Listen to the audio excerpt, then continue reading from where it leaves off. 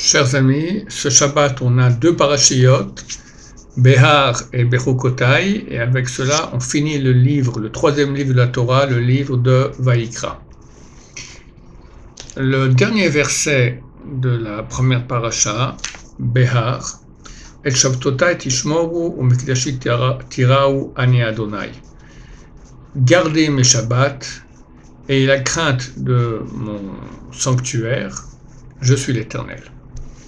Donc, vu que Trump a parlé du Shabbat abondamment, et que notre paracha en parle aussi, exactement entre les deux parachiotes, on va essayer d'en parler un tout petit peu parce que les gens ne comprennent pas l'importance du Shabbat. C'est clair.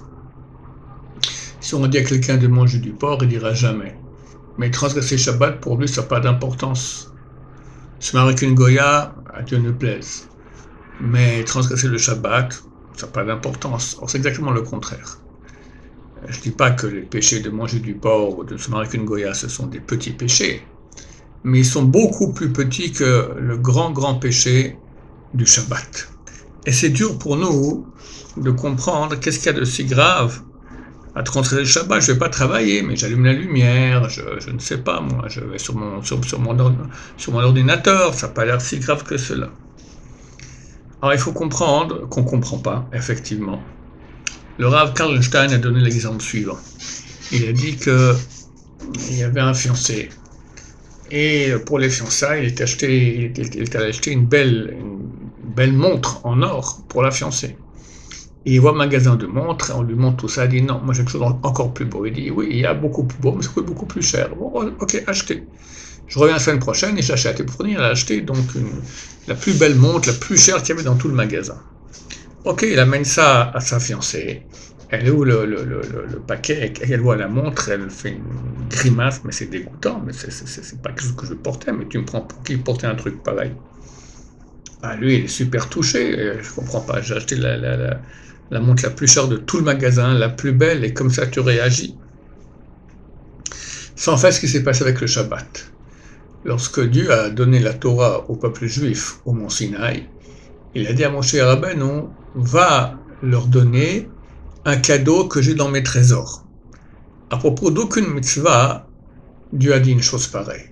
Seulement à propos de la mitzvah du Shabbat. Va leur donner un cadeau que j'ai dans mes trésors. Un cadeau des trésors de Dieu. Combien ça vaut? C'est inimaginable. C'est clair que nous, on ne se rend pas compte. Mais c'est quand même ce que c'est.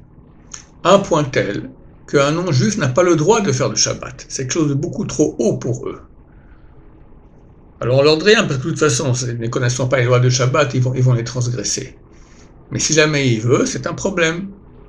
Parce que c'est quelque chose d'extrêmement haut.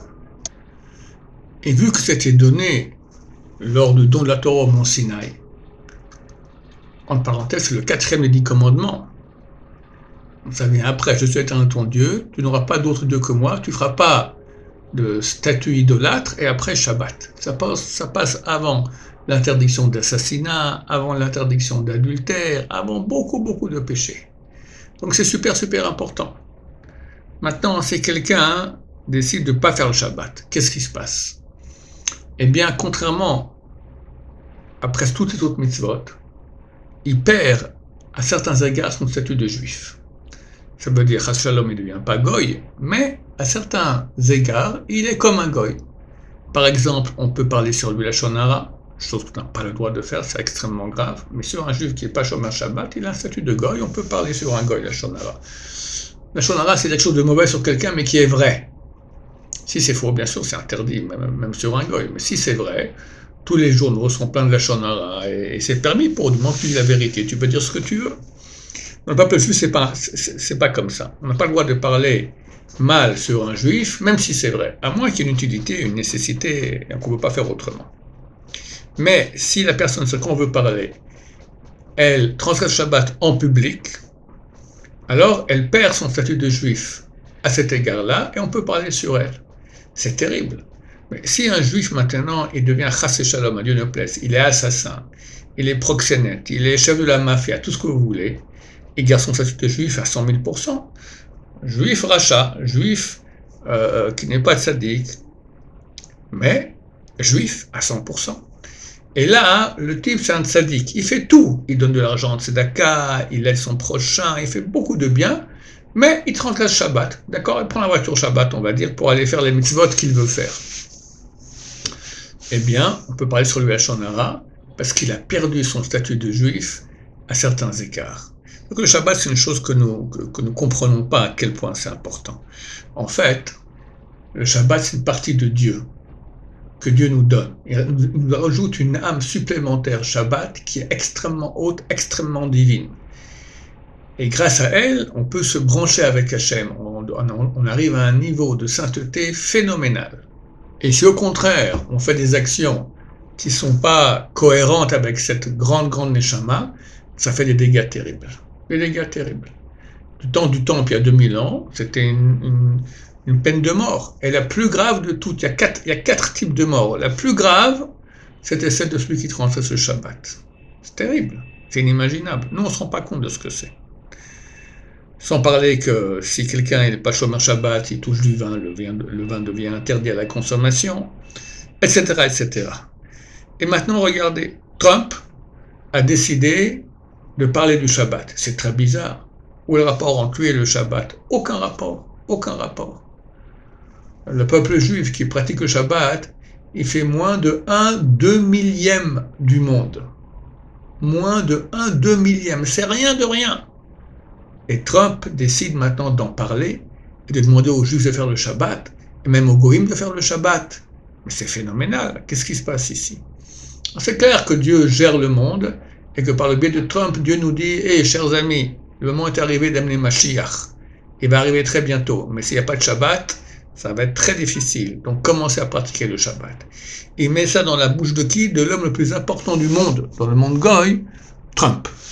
Donc, chers amis, je ne saurais ne pas me joindre aux paroles de Trump et vous dire, vous, renforcez-vous dans la pratique du Shabbat, il faut étudier les lois de Shabbat, ce sont des milliers de lois, et si on ne sait pas, c'est clair qu'on transgresse. Alors, c'est moins grave parce qu'on ne sait même pas que c'est interdit, mais il faut quand même savoir, il faut un beau jour apprendre et faire un Shabbat comme il faut bien, c'est super important. Et ceux qui ne font pas le Shabbat, commencez à faire. Alors faites au moins ce Shabbat, si possible le Shabbat d'après que Trump a demandé. Très bientôt Mashiach vient. En commençant à faire Shabbat, vous gagnez des millions de milliards.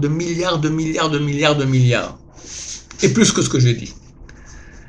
Voilà, Bezrat Hashem. C'est clair que Dieu nous demande de faire cela. Il a envoyé Trump pour nous réveiller. C'est pas pour réveiller les goïms à faire Shabbat. C'est pour nous réveiller à nous. Et on doit accuser le coup et commencer à se renforcer dans le Shabbat, Bezrat Hashem. Alors, je vous souhaite à tous un Shabbat Shalom, plein de sainteté, plein de grande âme venant de très très haut, et que Bezrat Hashem, Dieu ait pitié de nous, Amen, Agioula, Bekarov, Amen, Amen, Shabbat Shalom, Umvuach.